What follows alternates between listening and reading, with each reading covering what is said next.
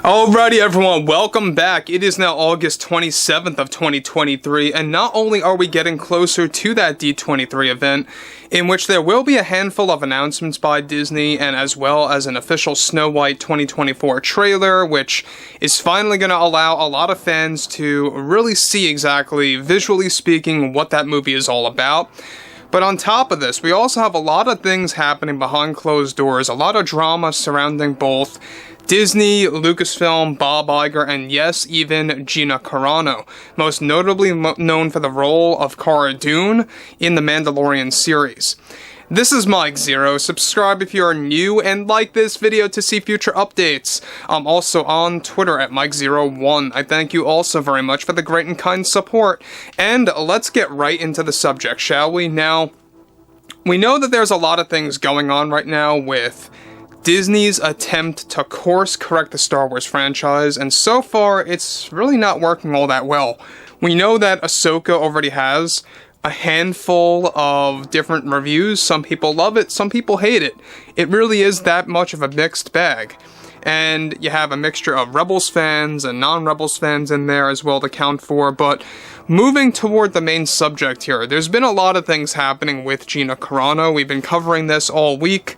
We went over how she deliberately refused to return as Cara Dune after Disney was basically offering her a role back, or a couple of roles back, for multiple Star Wars shows and even a Dave Filoni movie. But let's get into the actual specifics of why Bob Iger is so livid over Gina Carano making that decision. Now, with Disney and Lucasfilm still, to this day, struggling to course correct Star Wars entirely. However, one major development has to do with Bob Iger, who recently got furious, reportedly behind closed doors, for a Lucasfilm deal that went sour, completely destroyed by actress Gina Carano. Now, initially, they offered Gina multiple Star Wars projects, both films and shows, to return as Cara Dune again. Gina declined and refused to return. Bob Iger and the board were banking on Gina's return to bring in a huge bump in Disney Plus subscribers and future ticket sales, such as for Dave Filoni's upcoming Star Wars movie that they are trying to get out by 2026, as well as a special edition of Mandalorian Season 4. Now, the reason why this is frustrating Iger behind the scenes is that it led to them not moving forward with reviving a show called Rangers of the New Republic, as well as causing more rewrites to take place for the Mandalorian Season 4, as they already had many scenes already written by Jon Favreau for Cara Dune's return. In addition to this, Disney is now reportedly about to axe and cancel their plan for the current general plot outline for Dave Filoni's Star Wars movie, in which Cara Dune was going to be the center of the plot, to be a main character in that film, to really excite fans and drive up ticket sales. Now guys, let me just say one thing about this, and we talked about this months ago, about how Disney was forming a strategy to bring Gina Carano back, and I kept saying to you guys, there's no way that was going to be a genuine offer. It most certainly was nothing more than a marketing stunt. Gina Carano realized this and took action. And you know what? Good on her. I really got to give her a pat on the back for that, because the fact that we had people over at Disney really being so disingenuous like that, acting like they're all nice toward Gina Carano and her supporters now behind the scenes and trying to give her roles back, it's very much like what they did with Johnny Depp. I cannot stress this enough. I always make this comparison.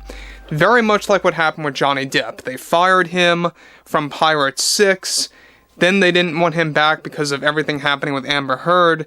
Then when that all resolved, or was getting near to completion of getting resolved, they wanted him back. They were begging him for him to return, and basically Gina Carano Johnny Depped Disney. Literally. I mean, that's pretty much the same exact scenario there. So what's interesting about this further is that this is creating more problems for Disney's Star Wars slate, not just for Dave Filoni's movie, but also the fact that Rangers of the New Republic now is getting axed. They were planning on reviving that Star Wars show that originally was going to be all about Cara Dune. They were going to put it back on the table if Gina returned. now that plan is just completely destroyed and gone out the window. And they were banking on that to really drive in a lot of subscribers for Disney+. I can only hear Bob Chapek laughing in the background right now that he's not involved in this mess and how Iger has to deal with it all. And I've said this multiple times, I still do stand by my opinion that Iger is by far the worst Disney CEO of all time, alright? So, moving onwards, this all fell apart after Gina stood her ground and defended her self-respect. All projects that were going to feature Cara Dune's return as a marketing stunt are now heading into a brick wall scenario, where Disney is running out of cards to play with to, of course, shock the audience properly. And with Ahsoka already having mixed reviews, Disney is beginning to panic with what they will do with Dave Filoni's Star Wars movie. Iger is now in full panic mode on what to do with Cara Dune and her return now that Gina is out, and does not want to come back. Those at Disney are still begging Gina to return with no avail, even Kathleen Kennedy with no luck at all, which shows how desperate Disney and Lucasfilm have become as they hit an all-time low. And look guys, I mean, I know I've said this multiple times, but I have really not been all impressed at all with the first 2 episodes of the Ahsoka series. There's a lot of rehashed scenes in there. I mean, even Balin's skull in the first episode of Ahsoka entering that ship when he's force choking the rebels and deflecting blaster fire, it is literally a copy and paste of Vader going through the hallway, doing literally the same exact thing from Rogue One: A Star Wars Story, and that's just one of the big critiques that I have about the show. Copy and paste, subpar acting, poor dialogue, and I just feel that there's no originality. The fact that there's a map to another person that's in exile again, it's just a rehash of The Force Awakens. I mean, I can go on, and I don't really have all that much enthusiasm already for episode 3, given that it's only going to be 30-some minutes long without credits. So, here's the thing about Gina Carano that I really do, look up to, is the fact that people like her and Johnny Depp, they are very rare to find in the Hollywood bubble, right? People that just deny the bigwigs or the higher-ups of a company, even if they give them like this top-tier pay, and they just throw it out the window. I think that is amazing. I think that is glorious.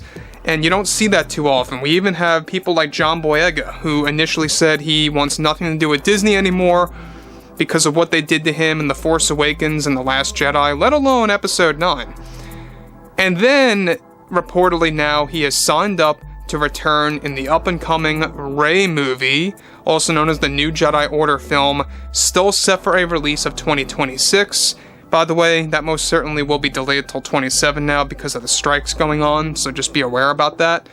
But anyway, guys, I would really love to hear your overall take on this whole Gina situation that has been happening behind the scenes and Bob Iger's thought processing on all of this. And if you guys did enjoy the content for today, make sure to drop a thumbs up on this video to support the channel, and I will catch you guys next time.